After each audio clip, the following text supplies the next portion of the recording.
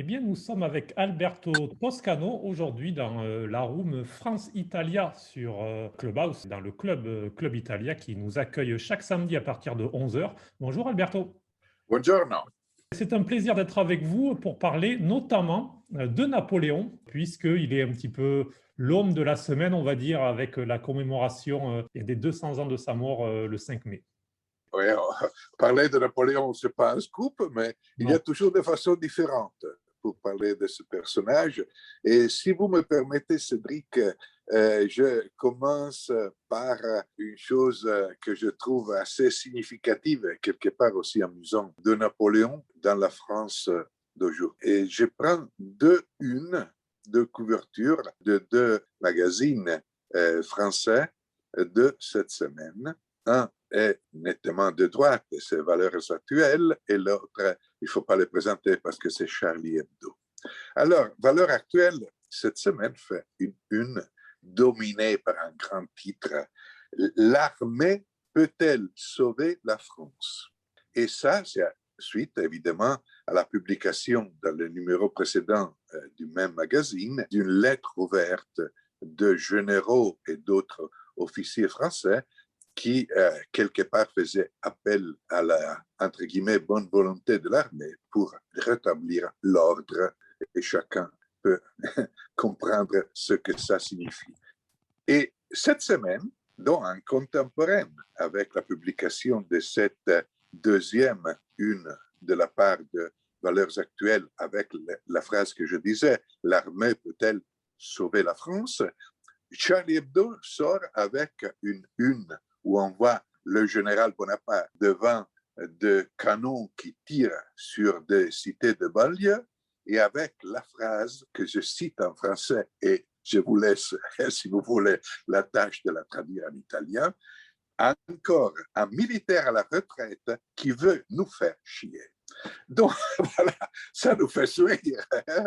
Io la tradurrei ancora un militare in pensione che ci scassa i marroni, che io la tradurrei così, non entrerei nel dettaglio di una traduzione letterale. Ma insomma, alors, on voit comme la référence à l'armée est avec un gros sourire à Napoléon Bonaparte, est encore présente aussi dans les débats politiques de la France actuelle. Napoléon, quelque part, n'est pas mort.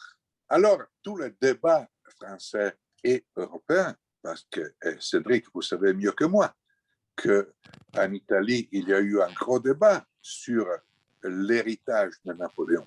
Oui. On a vu un article plein d'enthousiasme bonapartiste, sincèrement un peu exagéré, de Giuliano Ferrara dans Il Foglio, comme si Napoléon était à tout jamais le sauveur de l'humanité et sa présence dans l'esprit et dans les lois et dans l'urbanisme et dans tout, dans l'Europe actuelle, était un élément pour nourrir de l'optimisme vis-à-vis à notre avenir.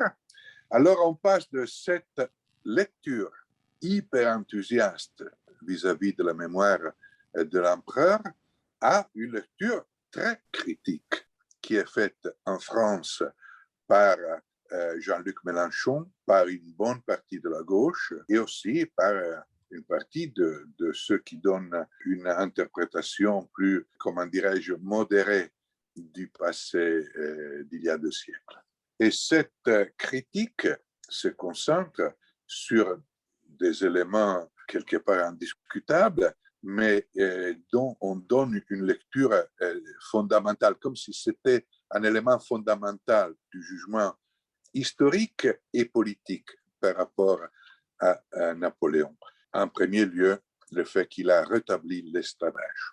La Révolution française avait aboli l'esclavage, comme on sait, évidemment au nom des valeurs du droit de l'homme, et Napoléon le rétablit, avant même de devenir empereur, oui, quand il était encore premier consul.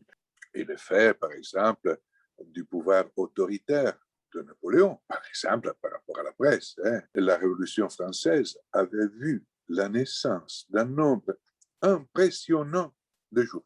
Mais je parle de centaines de quotidiens et d'hebdomadaires. C'est une presse la Révolution française a été l'événement historique qui a plus bénéficié directement et immédiatement au pluralisme de l'information. Ça a été impressionnant. J'ai la faiblesse d'être collectionneur de journaux anciens français et j'ai fait, il y a 2 ans, à la mairie du 9e arrondissement à Paris, une exposition de journaux originaux de la Révolution française et il y a des titres, une pluralité de titres impressionnants. Et même jusqu'à dans la période 1789-1793, 92-13, avec un grand pluralisme. Donc, c'était hyper intéressant et c'est encore hyper intéressant de voir ça. Napoléon au pouvoir, c'est la fin de cette... Bon, déjà, le pluralisme était mort avec la terreur, évidemment, mais après la terreur, on avait vu à nouveau beaucoup de titres naître en France et Napoléon au pouvoir réduit de façon draconienne le nombre de quotidiens. Les quotidiens qui comptent vraiment diffuser en France sont 4 ou 5, dont le journal de débat qui devient, en 1804, journal de l'Empire. Ensuite, il redevient journal de débat quand Napoléon part pour l'île d'Elbe. Napoléon devient prince souverain de l'île d'Elbe. C'est ça le titre qu'il choisit pour soi-même. Et pendant les 100 jours, le journal de débat redevient journal de l'Empire. Et c'est très amusant et c'est aussi significatif sur l'attitude de nous, journalistes. Et je parle avec une critique, je crois, évidente à notre cohérence en tant que catégorie de journalistes, cohérence entre guillemets, parce que le journal de débat, quand Napoléon s'évade de l'île d'Elbe et il arrive en France, parle de lui comme un tyran avec une poignée de brigands. Et il parle de lui en disant « le monstre veut arriver à Paris ». D'un jour à l'autre, le monstre devient le sauveur de la France. L'empereur est revenu. Le même journal, écrit dans la même une, et on est évidemment au mois de mars 1815, et donc il y a quand même des démonstrations de schizophrénie du jugement devant Napoléon Bonaparte qui ne datent pas d'aujourd'hui, mais qui datent, dans ce là je portais un exemple de schizophrénie du jugement de la presse française de 1815. Donc, ça date de toujours, et la preuve, vous la connaissez mieux que moi, la preuve de cette difficulté à s'exprimer sur ce personnage gigantesque nous est offerte par Alessandro Manzoni. Cédric, les Italiens savent mieux que les Français quelle est la date de la mort de Napoléon. Parce que si vous demandez en français quel est le jour du calendrier, le mois et le jour de la mort de Napoléon, ils ne connaissent pas l'année, mais ils connaissent le mois et le jour pour des raisons évidentes. Parce que depuis qu'on avait 5 ans à l'école, déjà à l'école maternelle, on a appris par cœur le poème Il Cinque Maggio. Donc, en italien, j'ai demandé à un professeur d'université français, alors, qu'est-ce qui s'est passé le 5 mai? Il m'a dit, qu'est-ce que s'est passé le 5 mai? Il m'a dit, mais c'est la naissance de Karl Marx, c'est quoi? C'est un autre...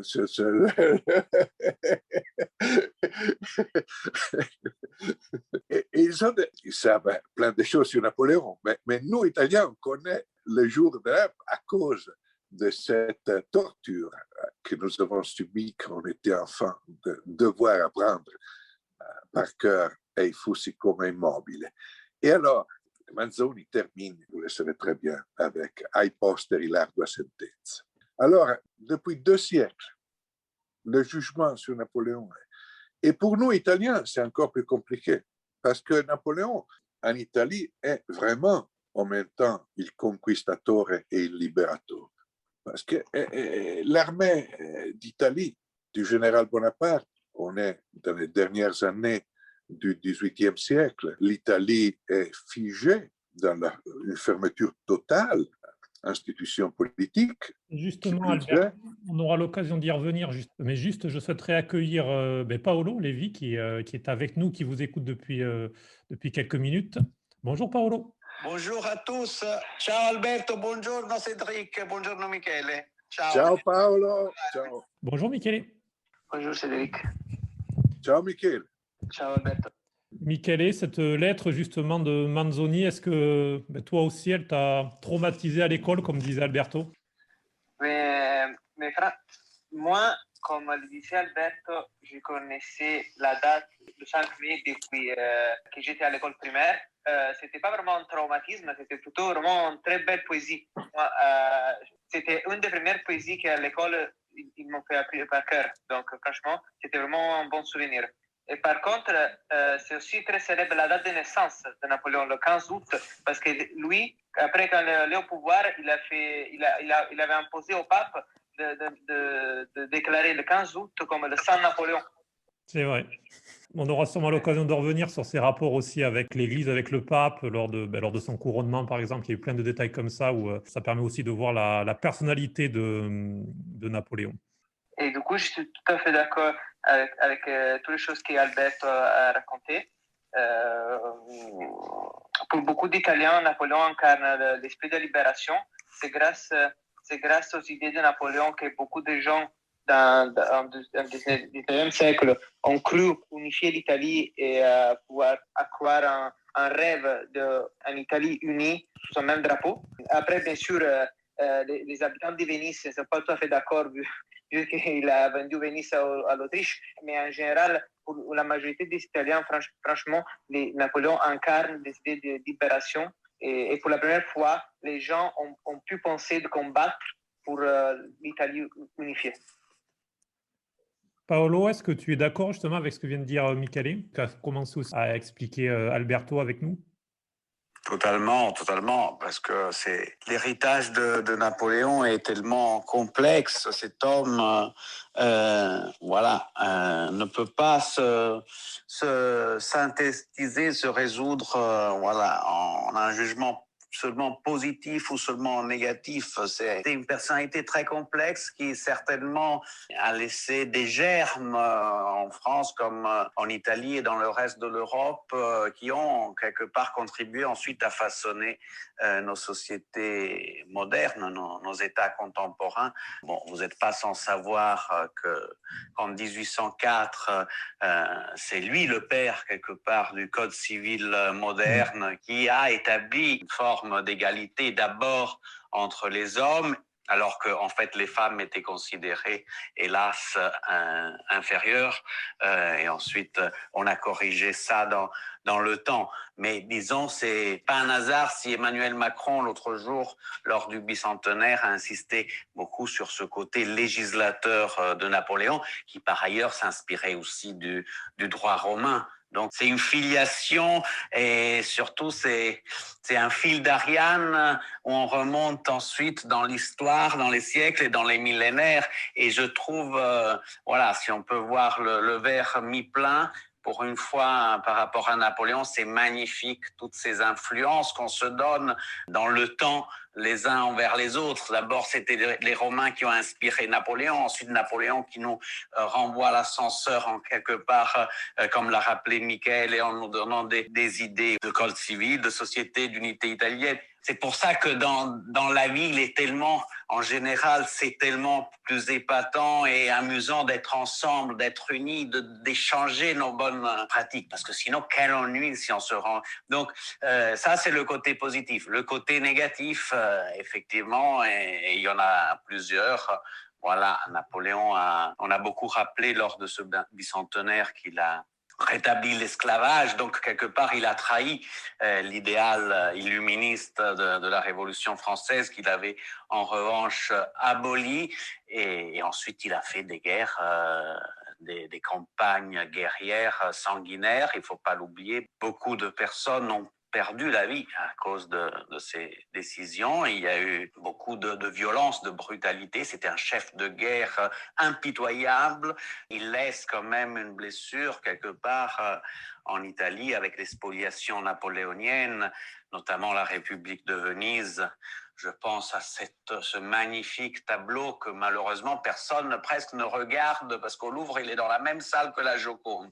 Alors ils sont obligés directement, ils vont voir la Joconde et il n'y a que ça. Alors que derrière eux, il y a quelque chose de sublime, que c'est les Noces de Cana de Paolo Veronese, qui est un tableau, mais un des chefs-d'œuvre majeurs de l'histoire de l'art mondial. Personne n'y prête trop d'attention et il a été arraché par Napoléon, par les armées napoléoniennes. Et découpé, et fait en morceaux. Et comme dit Alberto, découpé en morceaux, il a été arraché. Ça a été vraiment, c'était une violence, vraiment un rapt. Et ça a été arraché du couvent du réfectoire de San Giorgio Maggiore à Venise, et ça c'est une blessure sans nom. Et alors comme ici on a un public francophone, je vous invite tous à aller lire, on le trouve encore sur Internet, sur Télérama, un article génial qui raconte de cette histoire sur les Noces de Cana. Et aujourd'hui, à San Giorgio, il y a une reproduction des Noces de Cana. Et quelque part, on dit que cette reproduction, dans cet endroit, elle est devenue plus vraie que l'original. Et alors que celle du Louvre, elle est délaissée parce que personne n'y prête attention, la copie est devenue plus importante que l'original parce que à l'intérieur même de cet espace, elle acquiert tout son sens malgré que ce soit une copie. Non, tout ça pour dire que les spoliations aussi, on n'en a pas trop parlé pendant ce bicentenaire, c'est quelque chose qui a été très violent, mais aussi, après moi je suis toujours très très ému. Nous aussi à l'époque romaine, quand on avait les empereurs, ils n'étaient pas mieux que Napoléon parfois, et ils ont eux aussi spolié le patrimoine d'autres civilisations. Je pense notamment à l'Égypte avec toutes les obélisques que nous avons à Rome et qui ont été ramenés en Italie à l'époque, comme on l'a fait d'ailleurs avec celui de Place de la Concorde avec Napoléon. Il a voulu quelque part, parce que Napoléon, il avait le mythe de la Rome antique et il voulait un petit peu reproduire, peut-être trop tard, parce que je veux dire, on était à la fin du 18e, c'était pas si... Mais bon, en tout cas, il a voulu lui aussi reproduire un empire à l'ancienne. Pour être bref, je vous dis cette phrase fantastique que m'a dit un guide quand je suis allé à Luxor, en Égypte, c'était en 2000, et j'arrive en face de ce temple égyptien magnifique, et il y avait une base, et il manquait clairement quelque chose. Tout était parfait, tout était en place comme une scène de théâtre, et il y avait cette base où il manquait évidemment quelque chose. J'ai dit, monsieur, mais qu'est-ce qu'il y avait là? J'ai l'impression que quelque chose a été arraché. Alors il me dit, hé, cher monsieur, vous ne le savez pas, hein? Et là, c'est exactement où il y avait l'obélisque que maintenant est à Piazza San Giovanni, donc dans une des places principales de Rome, et qui a été quelque part ramené par les Romains lors des spoliations romaines. Et moi, j'étais pas responsable, clairement, mais en tant qu'Italien, en tant que Romain, je me suis senti en devoir quelque part de demander pardon. Je suis désolé parce que c'était une telle blessure, un tel déchirement. Et lui, il s'est fondu en un grand sourire et il m'a dit, monsieur, pas la peine de demander pardon ou de regretter quoi que ce soit. Vous savez, cet obélisque, que maintenant il n'est plus ici mais est à Rome, est notre meilleur ambassadeur. C'est le meilleur ambassadeur de notre civilisation en Europe. Donc, ça aussi, c'est un message magnifique dans le sens que les œuvres d'art aussi doivent circuler autour du monde justement pour témoigner de la grandeur d'une ou d'une autre civilisation, et c'est des ambassadeurs. Moi, j'ai trouvé ça fantastique. Donc, j'aime penser aussi que les Noces de Cana sont un bon ambassadeur de l'art italien, et notamment de Venise, vénitienne, à Paris. Mais en tout cas, ça a été très, très brutal. Et à Venise, ces jours-ci, si vous promeniez dans les calli, donc dans les ruelles du centre de Venise, il y avait des affichettes disons, assez éloquente avec Napoléon, toute noire, avec Napoléon qui était comparé à des grands dictateurs comme Staline et Hitler, parce que les Vénitiens, vraiment, cette campagne, cette présence napoléonienne et ensuite la vente à l'Autriche, vraiment, ils ne l'ont pas digéré parce que ça a été quand même très, très violent pour Venise, qui était une grande république et un des phares, disons, de liberté depuis très, très longtemps. En Europe, Venise a été vraiment en avant par rapport à tout le monde en termes de liberté individuelle, de société, d'échange. Et donc, ça a été une grande blessure pour cette grande république. Oui, Alberto, on peut le dire, Venise, c'est vraiment l'endroit en Italie parce qu'on a commencé un petit peu à évoquer l'héritage de Napoléon en Italie. Alors, en Lombardie, à Milan, il y a beaucoup. Oui. Je sais qu'il y a beaucoup d'endroits, beaucoup de personnes qui admirent Napoléon. Il y a beaucoup de rappels comme ça. Mais par exemple, Brera, c'est lui. Bien sûr, bien sûr. Et d'ailleurs, il y a cette statue à l'entrée faite par Canova. Exactement. Canova qui a été le responsable de la commission pour la restitution de biens spoliés, disons volés par Napoléon en Italie, parce que après le congrès de Vienne, il y a eu cette commission pour repatrier en Italie les œuvres d'art qui ont été prises par l'armée française et qui en France avaient été exposées en signe de triomphe, de domination de l'Italie et de l'Europe. Or, comme Paolo Levi a très bien dit, un tableau a échappé à cette restitution. Et les Noces de Cana di Veronese, en plus d'être le merveilleux tableau qu'on peut voir aujourd'hui juste en face de la Joconde, ils se regardent de deux côtés de la même salle, d'ailleurs, de la Renaissance italienne. Ce tableau est le symbole, quelque part, d'une blessure italienne par rapport à la France, parce que ça a donné lieu, et sa présence au Louvre aujourd'hui, est aussi le résultat d'une querelle, quelque part, historique et juridique. Parce que, du point de vue français, on affirme que ce tableau se trouve légalement au Louvre parce qu'il aurait été troqué avec un autre tableau par les autorités de l'Autriche-Hongrie qui ont dominé, comme on sait très bien, Venise jusqu'à 1666. Ce n'est absolument pas sérieux, à mon avis, d'imaginer que tout d'abord que l'Autriche puisse faire ce changement, d'échanger un tableau qui se trouve à Vienne avec un tableau qui se trouve à Paris. Et dans ce cas-là, c'est un tableau italien, c'est les Italiens qui doivent décider. Même si les autorités autrichiennes en 19e siècle avaient effectivement, et ils l'ont fait, ils ont accepté cet accord n'a aucun sens et aucune valeur sérieuse, morale et à mon avis aussi juridique. Donc aujourd'hui, quelque part, il y a cette querelle qui regarde plusieurs Italiens aujourd'hui vivant en France, certains desquels, comme Paolo Levi et moi-même, pensent que les Noces de Cana ne sont pas à leur place au Louvre et que ça serait un geste de bon sens de la France d'accepter qu'ils rentrent pour l'endroit spécifique pour lequel Véronèse les a peints, les a réalisés, les a imaginés, les a conçus, et d'autres qui disent mais l'art est chez elle partout dans le monde, ne faisons pas de polémiques sur ça. Évidemment, personne ne fait de guerre ou de grandes polémiques sur ça. Ce n'est pas pour ça qu'on va. Il y a des sujets plus sérieux pour se disputer et surtout, il y a des sujets sérieux pour rester les grands amis que nous sommes aujourd'hui, Français et Italiens. Mais quand même, on peut dire les choses, non? Et ça, on peut le dire.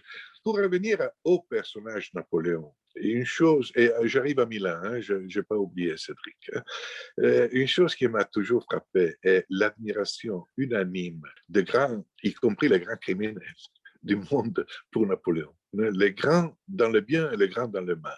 Ah, il y a beaucoup d'écrivains, beaucoup de politiques. Non, mais Hitler, Oui, bien sûr, effectivement. Hitler passe dans toute sa vie, Hitler a été seulement quelques heures à Paris. Ça a été en juin 1940, juste après la victoire allemande. Il arrive le matin, très tôt le matin. On ne connaît même pas avec certitude la date. Ça peut être le 24 ou le 28 juin 1940. Ou certains disent le 21 juin. Il passe quelques heures et pendant ces quelques heures, la ville est totalement déserte. Il y a quelques petits films réalisés par des nazis à l'époque qui accompagnaient Hitler. Et on voit Hitler aller à l'opéra parce qu'il était passionné de musique, à la Madeleine et à la tombe de Napoléon, aux Invalides, et se recueillir devant la tombe de Napoléon. La tombe de Napoléon, à l'intérieur de laquelle il n'est pas certain que Napoléon se trouve. Parce que certains disent que les Anglais, que la vraie dépouille de Napoléon se trouve aujourd'hui à Londres et que les Anglais, quand ils ont accepté de rendre les dépouilles de Napoléon à la France en 1840, en réalité, ils ont rendu le corps d'un monsieur qui s'appelle Cipriani, qui était un agent secret, plus ou moins corse, on ne sait pas quel était vraiment son jeu, et qu'il était décédé peu avant Napoléon. Et dont les Anglais n'auraient pas rendu le vrai dépouille de Napoléon, qui serait aujourd'hui enterré à Londres, à l'intérieur d'une église, dans le sous-sol d'une église. Et je viens à Milan et je termine. Alors, les Milanais savent rarement quelle est la raison pour laquelle la Via Moscova s'appelle Via Moscova. Or, Via Moscova est célébrissime à Milan, surtout à cause de l'arrêt. Cédric, vous êtes... moi, je suis milanais dans le sens que je suis inscrit à l'anagrafe italiana residente all'est de la mairie de Milan. Mais vous vivez à Milan. Aujourd'hui, vous êtes plus milanais que moi. Mais vous pouvez témoigner que le métro Via Moscova, le métro Moscova de ligne du métro milanais est très fréquenté. Or, demandez à quelqu'un qui prend ce métro et même qui habite la Via Moscova, quelle est la signification de ce nom. Ils ne savent pas. Ce nom, c'est une bataille combattue le 7 septembre 1812 pendant la campagne de Russie de Napoléon. La campagne de Russie de Napoléon, il y avait entre 500 et 600 000 militaires et un dixième au moins était italien, dont un dixième des centaines de milliers de morts et de prisonniers étaient italiens. L'Italie, la Sicile et la Sardaigne ne sont jamais devenues françaises à l'époque de Napoléon, mais toute la péninsule italienne était française. La partie nord-ouest était jusqu'à Rome. Rome était intégrée à l'Empire français. Les règles pour l'engagement militaire qui existaient à Nantes étaient les mêmes qui existaient à Rome ou à Turin. Hein? Et là, d'ailleurs, le premier recensement de la population juive italienne et même les premières mesures pour libérer le culte juif et donner de la liberté à la communauté juive italienne ont été prises par Napoléon. Donc Napoléon en Italie vraiment n'a pas fait que du mal, il a fait aussi beaucoup de bien. Et d'où ce caractère schizophrénique du jugement, de la perception des Italiens par rapport à la mémoire de Napoléon. Le nord-est était le royaume d'Italie, avec Napoléon lui-même comme roi et Eugène Beauharnais comme vice-roi. Et le sud était Murat, le royaume de Naples, Joachim Murat, qui a fait des choses extraordinaires. Et encore aujourd'hui, combien de Napolitains s'appellent Joachim? Un souvenir. La ville de Bari a été renouvelée par Murat, roi de Naples. Encore aujourd'hui, on visite à Bari le quartier Murat. On parle de Murat comme de quelqu'un qui... Murat meurt en Italie pour l'Italie dans ce rêve de participer au mouvement pour renouveler l'Italie. En 1818, à Pizzo Calabro, fusillé dans une opération totalement désespérée de commandos pour essayer de se battre contre le roi de Naples. Or, il y a cette présence française en Italie qui est vraiment cet élément de modernisation, liberté, renouvellement. Aussi liberté. Et de l'autre côté, ce que Paolo Levi a très justement dit à propos de cette honte de mettre fin à la République de Venise, d'écraser la liberté de la République de Venise. Et on ne va jamais se débarrasser de cette dichotomie, de cette vraiment lutte entre deux façons de voir la présence napoléonienne en Italie, celle positive et constructive et celle vraiment triste, négative et critique. Surtout, Paolo, on a peut-être l'impression que Napoléon, dans le côté positif en Italie, a peut-être initié ce côté réunification de l'Italie. C'est en tout cas ce qui était peut-être espéré, notamment par le Nord, lorsqu'il est arrivé à la fin du XVIIIe siècle, lors de sa première grande victoire, où on se rappelle notamment bien du pont d'Arcole, où il a lui-même réussi à faire une belle propagande autour de cette bataille, puisqu'elle a été beaucoup moins marquée par un succès que ça ne l'est resté dans l'histoire, mais de cette bataille à la fin du XVIIIe siècle, et puis ensuite lorsqu'il est devenu roi au début du XIXe siècle. Oui, absolument. Il a certainement contribué à exporter, passez-moi l'expression, en tout cas à faire passer au-delà des Alpes certaines valeurs de l'illuminisme qui avait été affirmé, disons, pendant tout le siècle des Lumières et ensuite avec leur apogée à la Révolution française 1789, parce qu'ensuite, avec la terreur, elles ont été malheureusement niées et se sont perdues dans une mare de sang. Mais c'est certainement en partie grâce à lui si certaines de ses idées et idéaux ont franchi les Alpes. C'est aussi grâce au génie, je pense par exemple, une petite anecdote du génie napolitain. Alberto a cité bien sûr Gioacchino Murat, mais je pense aussi aux imprimeurs de Naples, parce que l'encyclopédie de Diderot et d'Alembert, qui aussi a beaucoup contribué à faire rayonner les idéaux illuministes en Europe, elle était réservé ici en France aux élites. C'était des publications très, très de luxe, presque des bijoux du monde de l'édition qui se vendaient très, très cher, donc qui n'avaient pas, disons, le peuple, les personnes plus défavorisées n'avaient pas accès à ces contenus. Et le génie napolitain, et dans certaines imprimeries de Naples, on a repris les éditions de l'encyclopédie et on en a fait des éditions, on les a bon marché de poche, sans autorisation bien sûr, mais c'est aussi grâce à eux si ensuite ce texte, je dirais, est fondamental pour le progrès et la propagation des idées illuministes en Europe est ensuite parti aux quatre coins de l'Europe, parce que les éditions napolitaines bon marché sont celles qui ensuite sont remontées en Europe du Nord de partout. Donc c'est magnifique de voir comment ensuite l'histoire de l'Europe est toujours une histoire d'influence réciproque. Personne ne fait rien jamais tout seul. En tout cas, Napoléon, il a certainement contribué en partie à l'essor de l'idéal quelque part d'une nation.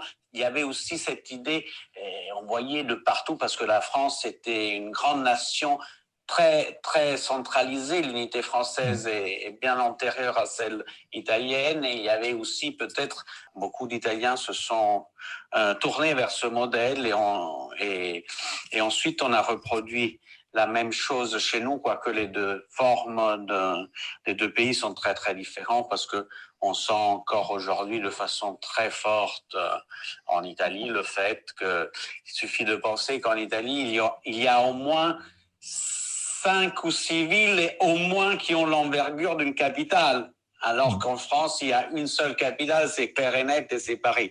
Chez nous, il y a au moins 5 ou 6 villes, je pense à Milan, je pense à Venise, je pense à Naples, je pense à Palerme, à Florence bien sûr.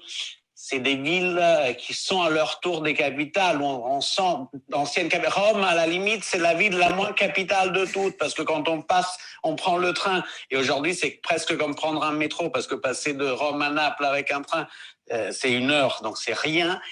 Et on passe de Rome à Naples, et on arrive à Naples, et on a l'impression d'arriver dans une grande capitale européenne, alors que Rome, il suffit de voir la taille des portails des immeubles. Les portes cochères qu'à Naples sont vraiment immenses, parce que cette ville a été vraiment à un certain moment la grande capitale de l'Europe avec Paris, et c'est là où il y a eu le premier funiculaire, le premier métro. Bref, aujourd'hui, cette idée d'unité, elle s'est imposée, mais elle est encore en devenir, c'est-à-dire que, mais aujourd'hui, je pense qu'elle est dépassée par une autre priorité, qui est celle d'une unité qui n'est plus nationale, mais elle doit être de plus en plus européenne, parce que qu'est-ce qu'on fait avec nos petites nations fragiles? On a vu que face aux grands défis de la globalisation, à ces géants monstrueux comme la Chine, qui par ailleurs ne partagent pas nos valeurs, notre style de vie, il faut absolument faire un autre bond en avant et faire une nouvelle unité. Cette fois-ci, ça doit être une unité européenne, et je pense qu'on a toutes les qualités pour le faire. C'est même une nécessité. Et moi, je dis toujours, quand on me dit « Ah, mais on n'y parviendra jamais », moi, je dis toujours « Écoutez, si on est parvenu en Italie à mettre ensemble un Napolitain avec un Milanais, un Vénitien avec un Palermitain, je vous assure que mettre ensemble un Athénien avec un Parisien, ça va être absolument possible. Donc, je suis très confiant sur le fait que la prochaine étape de l'histoire de l'homme, ou en tout cas, c'est la bataille la plus noble qu'on puisse mener aujourd'hui, c'est celle pour la création d'une grande république européenne. Et aujourd'hui, c'est fantastique parce que on voit que l'Italie et la France, après des années troubles, celles qu'on a vécues, voilà, avec depuis 2018, 2 ans très très durs, sombres, avec le rappel de l'ambassadeur français à Paris, ça a été très dur.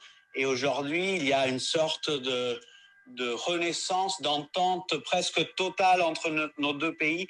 Et c'est une entente d'autant plus cruciale parce qu'on doit mener, il y a une bataille très importante qui nous attend, qui est celle en Europe pour changer enfin le fameux pacte de stabilité, les fameux 3% pour être clair, et seulement si on est unis, Rome et Paris, mais vraiment soudés comme une seule nation, on pourra parvenir à changer les choses et à dessiner, à façonner l'Europe de demain, qui doit être forcément une Europe plus fidèle au fond au message de nos pères fondateurs, et c'est-à-dire une Europe plus politique, plus sociale, plus humaine, plus empathique, alors qu'elle était en train de devenir un immense supermarché, un truc pas mal, mais ça ne suffisait pas, on mérite mieux.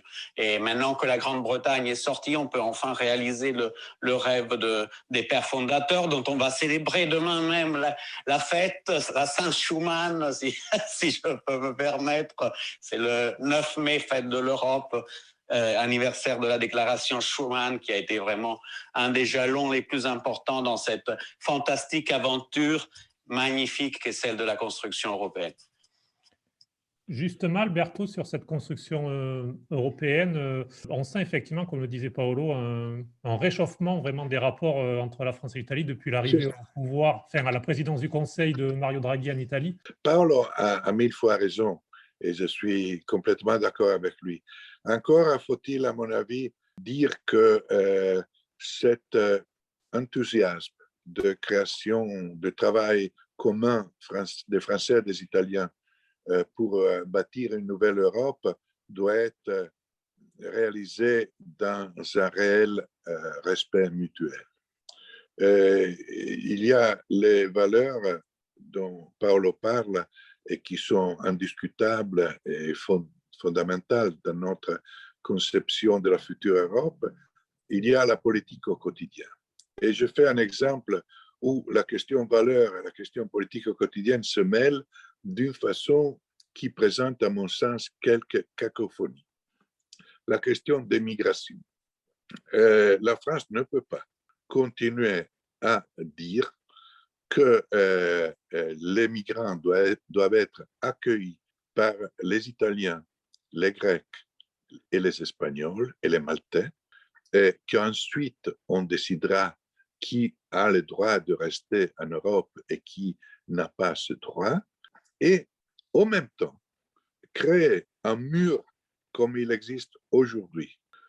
Mur où parfois les gendarmes français se comportent d'une façon un peu douteuse à la frontière franco-italienne. Ce qu'on voit aujourd'hui est beaucoup de discours sur l'intégration européenne, mais une frontière franco-italienne qui reste frontière parfois.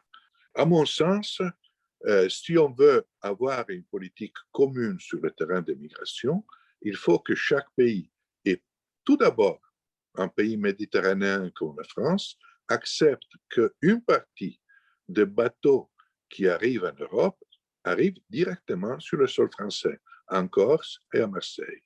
Il n'est pas possible que tous ces bateaux doivent arriver à Malte et en Italie.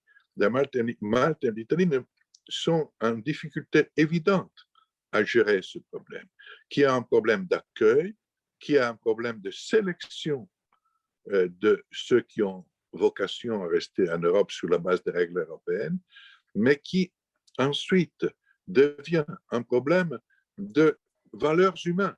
Parce que ces personnes qui arrivent en Europe, qui passent une traversée de la Méditerranée dans des conditions horribles, épouvantables, avec des dangers immenses, qu'est-ce qu'on fait? On dit la ligne européenne est réaffirmée régulièrement par la France, entre autres, et ceux qui sont réfugiés ont vocation à rester en Europe, les autres doivent être repatriés.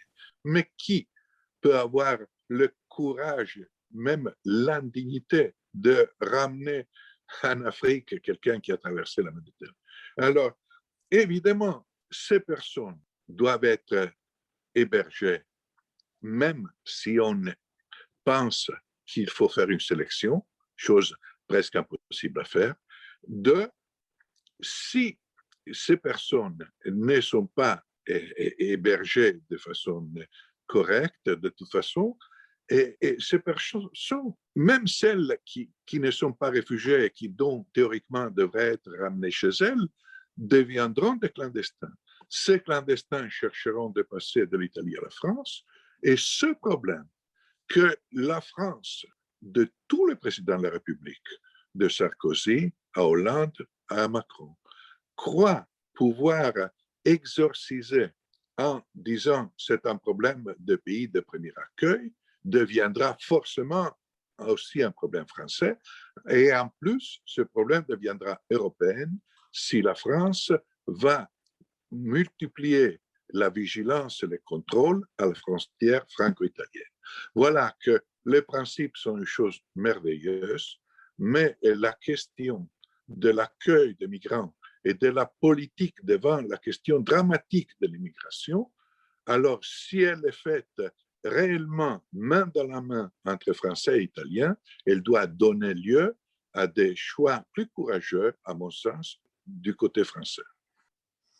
Michele, sur justement ce que viennent d'évoquer Paolo puis Alberto, quel est ton avis sur cette construction de ce lien entre la France et l'Italie et aussi sur cette question effectivement migratoire qui est assez centrale sur parfois les tensions aussi entre la France et l'Italie de ces dernières années?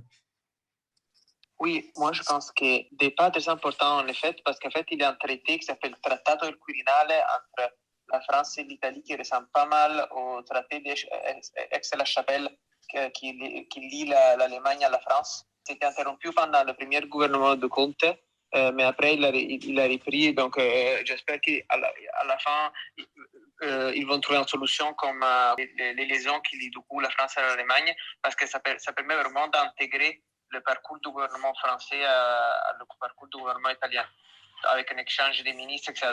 Du coup, c'est très intéressant. Et moi, je partage tout à fait l'avis de Paolo sur les prochaines étapes.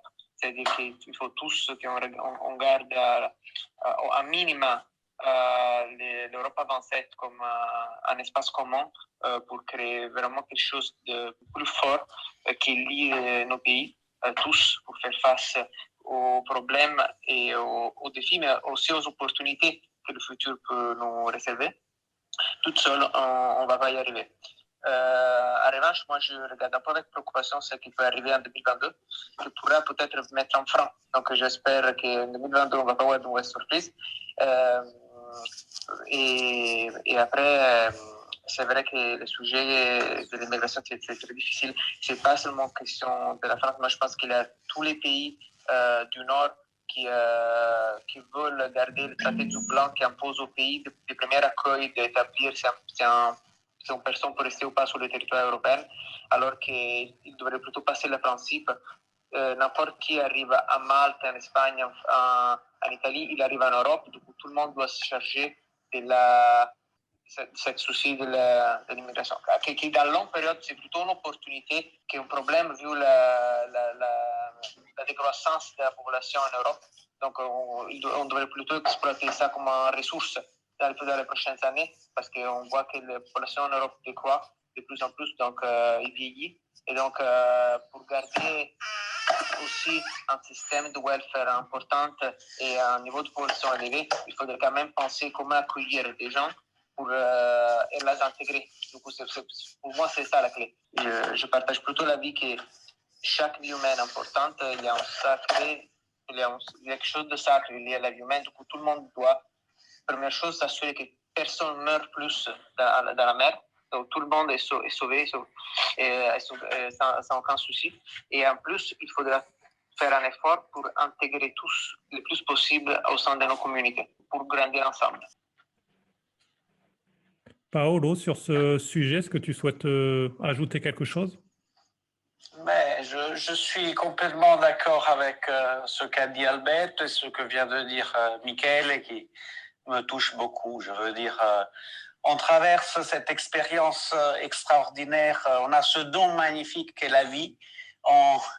C'est un miracle chaque jour et on a quand même une chance incroyable. On est né dans un continent extraordinaire comme l'Europe, en paix. C'est vrai que là, on est en train de vivre une sorte de guerre sanitaire, donc c'est un moment un peu plus difficile, mais on a quand même une immense chance. On vit dans des pays d'une richesse inouïe. Beaucoup d'autres n'ont pas eu cette chance, hélas, mais c'est un loto.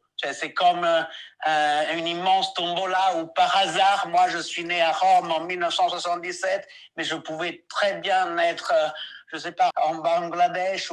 Donc avec cette conscience, ça doit être vraiment l'étoile polaire de chacun d'entre nous et de nos pays. C'est-à-dire savoir qu'on est, comme disait Joe Ponti, harcelé par la chance, parce qu'on a une chance inouïe d'être né et de vivre dans ce contexte européen qui est quand même quelque chose, c'est la Rolls-Royce de la vie, malgré les problèmes liés au chômage, malgré 1000 problèmes, mais disons, par rapport à d'autres, on est sur une Ferrari de la vie, et donc on ne doit pas oublier ceux qui n'ont pas eu cette chance-là, et donc on doit absolument les accueillir, mais toute la vie, il faut ouvrir les portes à qui n'a pas eu cette chance, parce que qu'est-ce qu'on fait? Non seulement on a la chance, et ensuite on referme les portes. C'est d'une vulgarité, c'est même, je pense que c'est même l'inverse de l'humanité. Nous sommes êtres humains, et nous devons d'être humains. Nous devons être humains.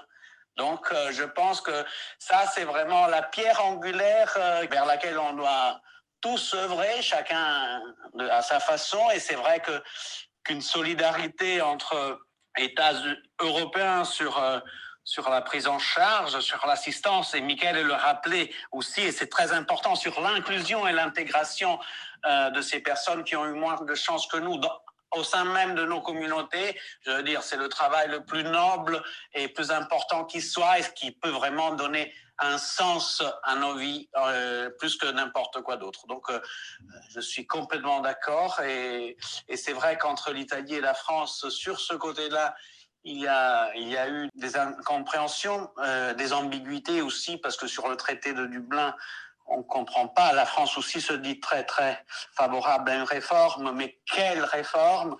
Moi, je suis d'accord avec ce que disait Michele. Le principe doit être quiconque met le pied en Italie ou en Grèce ou à Malte ou dans le sud de l'Europe, mais quand même un pied en Europe et pas en Italie. Et donc, doit être quelque part aidé par la communauté européenne et non seulement par le pays de premier accueil. Et quelle beauté, quelle belle chance qu'on a de pouvoir aider des personnes qui ont eu moins de chance que nous. C'est plutôt, voilà, une chance qu'on a dans la vie que, comme on dit parfois, un fardeau. Mais quel fardeau? Moi, les plus belles rencontres ici à Paris, je les ai faites à quelques arrêts de métro de chez moi, à Stalingrad, au métro Stalingrad, à La Chapelle, où en 2015 et en 2016, il y avait tous les exilés qui fuyaient la guerre en Syrie dans des campements qui étaient sous le métro aérien. Il y avait vraiment des centaines de personnes qui parfois avaient même fait le voyage à pied. Et une des plus belles amitiés que j'ai aujourd'hui, c'est avec Hijratullah, un garçon qui était arrivé d'Afghanistan à pied pendant un périple, 6 mois de voyage en risquant sa vie. Et aujourd'hui, donc on est en 2021, donc il est à Paris depuis 6 ans. Et de cette tente où il était, aujourd'hui il a un travail. Il m'a téléphoné hier pour me dire qu'il avait décroché enfin la location pour un premier vrai appartement dans le centre de Paris. Et il a réalisé son rêve de travailler dans une boutique de téléphone mobile. Et il a un sourire que moi, chaque fois que je le vois, je fonds d'émotion et de joie. Donc, quoi de plus beau que cette fraternité, que mettre en place cette fraternité entre êtres humains. Je pense qu'il n'y a pas mieux que la vie. Donc, aucun fardeau, c'est plutôt une chance de pouvoir aider ceux qui ont eu moins de chance que nous. Et parmi les chances qu'on a, Paolo, il y a celle d'être à la mission de Cédric. Et donc, aujourd'hui, on n'a pas seulement la Ferrari de la vie, on a aussi la Ferrari médiatique d'être à cette émission. Moi, je voulais dire un mot quand même, en revenant à Napoléon, et tout à fait d'accord tout d'abord avec Paolo. Et avant de revenir à Napoléon, j'ai fait quand même une allusion au fait que nous, Italiens, on a été un peuple migrateur. Et donc, nous, on doit être les premiers à comprendre l'importance de l'accueil, parce que des dizaines de millions d'Italiens ont pris le chemin d'autres pays, surtout pour fuir la misère, parfois aussi pour fuir la dictature. Donc, nous, on doit comprendre, mais comprendre, c'est une raison de plus pour qu'il y ait une politique efficace européenne et pour stabiliser ce qui se passe, la situation de l'Afrique du Nord, pour contribuer à stabiliser cette Libye que nous, un président de la République française, Nicolas Sarkozy, a choisi de déstabiliser sans arriver ensuite à la stabiliser. Et aujourd'hui, on paye un prix lourd à l'instabilité en Afrique du Nord. Mais je viens à un sujet plus amusant et plus succulent, qui est celui de la gastronomie de Napoléon Bonaparte. Parce que la présence de Napoléon en Italie est aussi liée à un plat qui est le poulet à la Marengo. Et ce jour de 1800, quand Napoléon gagne la bataille de Marengo, et il était mal placé pour la gagner, il la gagne. Et à la fin d'une journée de bataille horrible, tandis qu'à Rome, on croit, et certains diffusent la fake news de la défaite de Napoléon, avec le résultat que la pauvre Tosca se suicide, heureusement seulement sur scène. Mais à Marengo, et pas sur scène, mais vraiment sur la scène de la vie, Napoléon demande au cuisinier d'Alessandria, parce que Marengo est aujourd'hui un hameau d'Alessandria, un village près d'Alessandria. Napoléon demande de cuisiner son plat préféré. Le plat préféré de Napoléon est le poulet. Il le veut d'une façon particulière. Et ce cuisinier, ce chef d'Alessandria, prépare pour Napoléon un poulet avec tout ce qu'on trouve dans une journée de mois de juin dans ces campagnes de la vallée du Pô, et dont on met le poulet avec de crabes d'eau douce et tout ce qu'il y a de œufs, évidemment, tout ce qui est, et dans la recette du poulet à la Marengo aujourd'hui, dans la façon authentique, on peut la manger seulement dans 2 ou 3 trattorie de Alessandria, au Piémont, et je crois qu'à Paris, on ne la prépare pas. Donc, mon cher Paolo, on va peut-être s'organiser un jour pour retrouver cette recette et de la cuisiner ensemble pour notre ami Cédric et pour les autres Français de Milan. Avec grand plaisir, j'ai déjà les papiers qui s'envolent vers Milan et la Pianola Padana. Quelle merveille! En conclusion, c'est parfait de parler de cuisine puisqu'il est, il est un peu plus de midi. Donc, comme ça, vous nous avez ouvert l'appétit, Alberto. C'est parfait. Je vais me préparer un poulet à la marengo. Entre les poulet à la marengo et le tournado Rossini, moi, je préfère le poulet à la marengo. Le tournado Rossini est une recette exagérée, trop lourde et même arrogante dans sa conception avec cette utilisation exagérée de truffes qui sont en plus très chères et qui montrent, comment dirais-je, une richesse même de la préparation gastronomique. Le poulet à la marengo est plus simple et à mon avis plus succulent. Less is more. Exactement. Juste pour conclure peut-être, donc il y a beaucoup de livres qui sont bien sûr consacrés à Napoléon, que ce soit en français ou en italien, vous en trouverez sans difficulté. Il reste l'un des sujets de thèse historiques les plus travaillés, disons, encore actuellement. Il y a aussi pas mal de commémorations qui ont lieu aussi bien en France qu'en Italie. Je ne sais pas, Michele, Paolo ou Alberto, si à Paris notamment, il y a quelque chose que vous conseilleriez qui a actuellement lieu ou à lire peut-être sur Napoléon. Bon, il y a l'exposition à la Villette qui va commencer ce mois, donc je pense que c'est... Michele, Paolo, est-ce que... Je sais pas, je me permets pas de conseiller des livres, mais j'ai vu que cet été, la nuit aux Invalides, le spectacle de lumière consacré à Napoléon. Donc, je pense que j'irai le voir. Je sais pas si tu connais le spectacle, Cédric, les nuits aux Invalides. Non, je connais pas. En fait, c'est dans l'entrée des Invalides, tout le monde s'assoit par terre ou sous des chaises. Et en fait, il y a des lumières qui transmettent, en fait, qui font représentation de certaines histoires. L'année dernière, c'était sur l'histoire de la France. Cette année, c'est consacré à Napoléon. Donc, il y a un enchaînement de photos projetées avec la lumière. Et en fait, on voit en fait tous les invalides qui en fait, grâce à la lumière, on voit passer un genre de slide fait grâce à la lumière, et on voit des histoires représentées. L'année dernière, c'était le cas de la France. Cette année, c'est le cas de Napoléon. Très intéressant, effectivement. Oui. À conseiller. Paolo? Moi, je pense surtout, puisqu'on est Cédric, tu as eu cette grande idée de faire une émission franco-italienne quelque part. Ça me vient à l'esprit cette exposition qui a lieu au Fort Impérial et au Forum de Rome ces jours-ci. C'est Napoléon et le mythe de Rome, et voilà, c'est une exposition qui retrace, disons, et explique combien Napoléon s'est inspiré de la Rome antique, voilà, pour fonder son empire. Et je pense que ça peut être très très intéressant parce que, encore une fois, ça montre ce lien ancestral, je dirais, qui lie l'Italie et la France. Et c'est toujours voilà, un renvoi d'expériences mutuelles qui façonne quelque part notre identité commune italienne, française et de plus en plus européenne. Donc,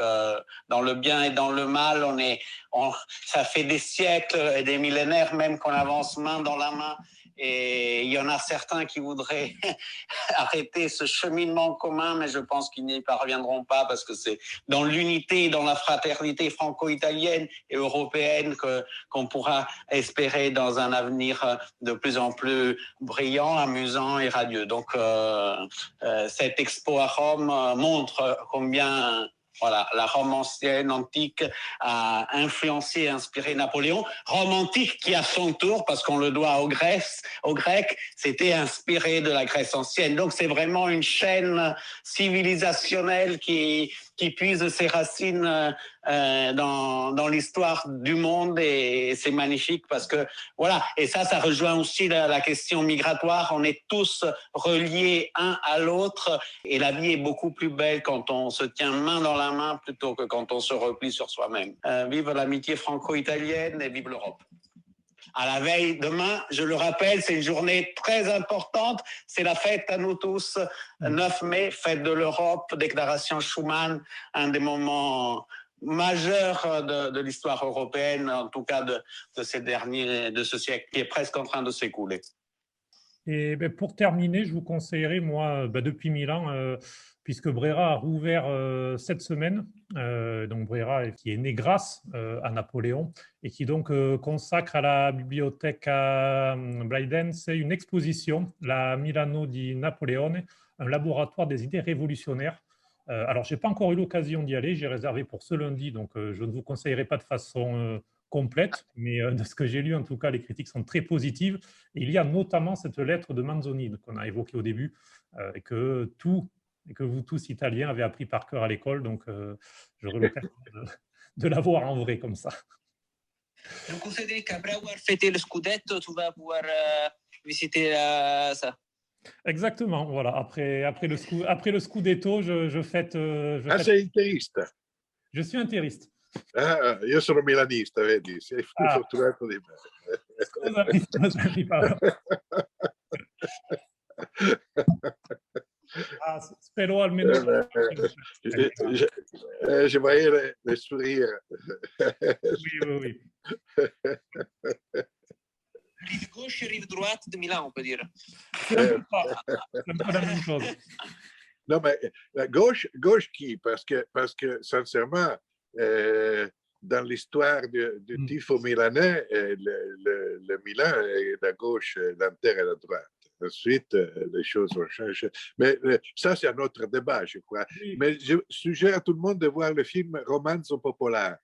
Où on voit qu'est-ce que c'est. Mais on ne va pas faire le débat sur rouge et noir et nerazzurro et rossonero. Ça, on le fait une autre fois. Ça, ce serait une très bonne idée à faire également sur les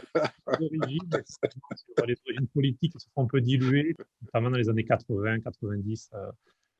Mais parfait. Juste pour conclure, une citation de Chateaubriand, qui était plutôt un opposant assez fervent à Napoléon de son vivant, mais qui a écrit les fameuses mémoires d'outre-tombe. Donc, son Napoléon vivant, il a manqué le monde, mort, il le possède. D'ailleurs, les rouges et les noirs, alors, si on veut assister sur cette...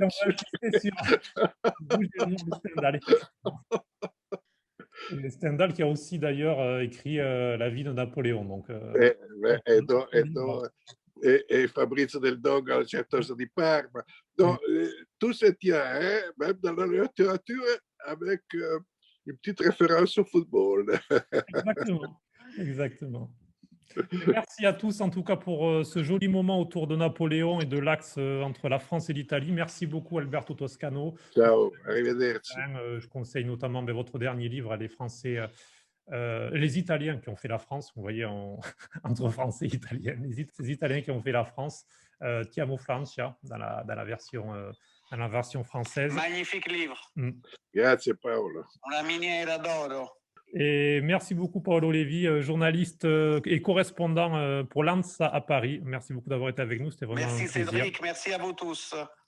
Merci beaucoup Michele également d'avoir été avec nous, Michele Greco. Merci à tous et bon samedi et bonne fête de l'Europe demain. Bon 8 mai et bon 9 mai. Bon week-end de fête. Ciao, arrivederci. Ciao.